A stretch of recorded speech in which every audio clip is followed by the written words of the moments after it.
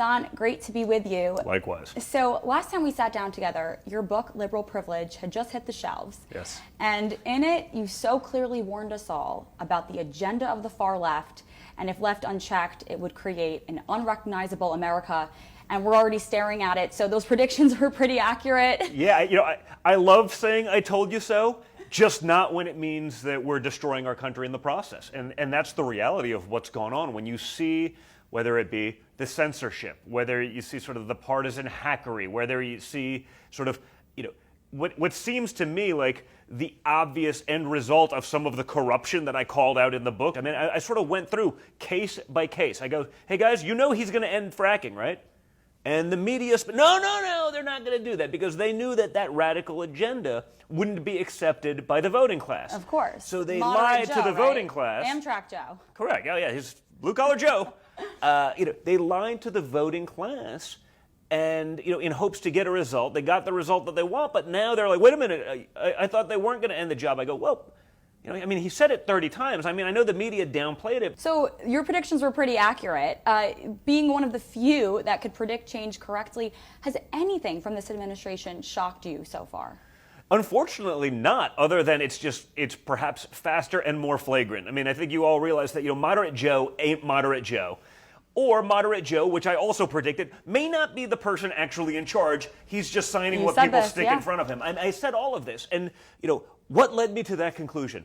I don't know. Maybe the fact that the guy couldn't remember where he was 50% of the time. You never saw it because you still have the faulty assumption that the mainstream media is going to be a neutral arbiter, in the news that you see. I think that pretense has been blown out of the water now. And if you go through it literally chapter by chapter, you can see that. So on the topic of hypocrisy, the Republican Party has been known for being pretty passive, some might even say spineless. Your dad, through his leadership, reminded millions of Americans that they have a voice, yes. They can stand up, and they can fight back. So I'm curious, with this kind of newfound voice of the Republican Party, do you think we're strong enough to finally put an end to this Democrat hypocrisy? I think the Republicans have a great opportunity if they, for the first time in modern history, read the room correctly.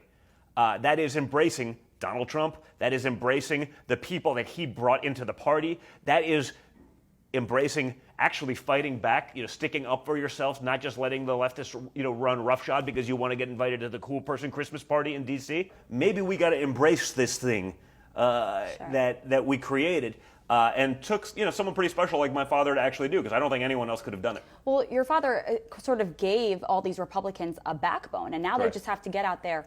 Well, look at the other races, right? I know that Joe Biden overperformed really well in Philadelphia and all these other places.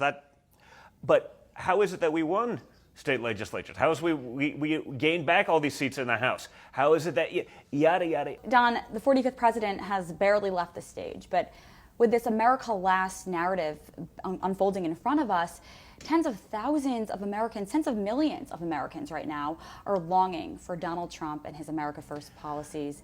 Can you put those 75 million minds at ease by giving us any insight into the plans for 2024? Listen, I think his speech at CPAC this Sunday, I think, is going to be awesome. And you're right. I think there's an incredible sense of sort of buyer's remorse, right? This thing that, okay, it's been sold to me as this, great shiny object. It's not so good. Wasn't what we thought. And we learned really quickly. But imagine what the next 4 years are going to be like. If the first month is this bad, if the first month killed this many jobs, if the first month already succumbed to China and just we're rolling over. We're literally ceding the hegemony that Donald Trump brought back to America, the strength that Donald Trump brought back to America.